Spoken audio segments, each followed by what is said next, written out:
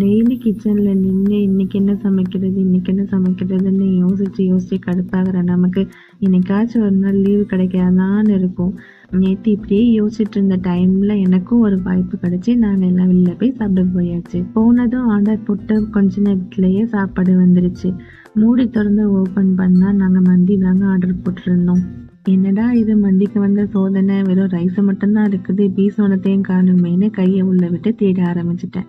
பீஸை கையில் எடுத்ததும் தான் அப்பாட அப்படின்னு இருந்தது. நாங்கள் எதிர்பார்த்ததை விட ரொம்ப நிறையவே சிக்கன் பீஸ் போட்டிருந்தாங்க. சாப்பிட்றதுக்கு மந்தி ரொம்பவே சூப்பராக இருந்தது. எல்லாத்தையும் ஃபுல்லாக சாப்பிட்டுட்டு மந்தி சாப்பிட்டுட்டு குனாஃபா இல்லாமல் எப்படின்னு சொல்லிட்டு குனாஃபாவும் ஆர்டர் போட்டிருந்தோம். பட் என்ன, எங்களுக்கு மந்தி சாப்பிட்டே வயிறு நிரம்பினதுனால குனாஃபா சாப்பிட்றதுக்கு முடியல.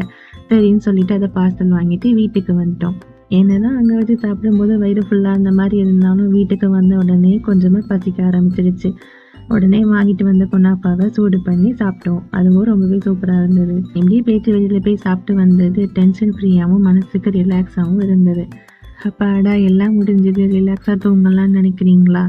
முடியாதுங்க. மறுபடியும் நாளைக்கு மார்னிங் பிரேக்ஃபாஸ்ட்டுக்கு என்ன பண்ணணும், லஞ்சுக்கு என்ன பேக் பண்ணணுங்கிற திங்கிங் இப்போவே மண்டைக்குள்ளே ஓட ஆரம்பிச்சிருச்சு.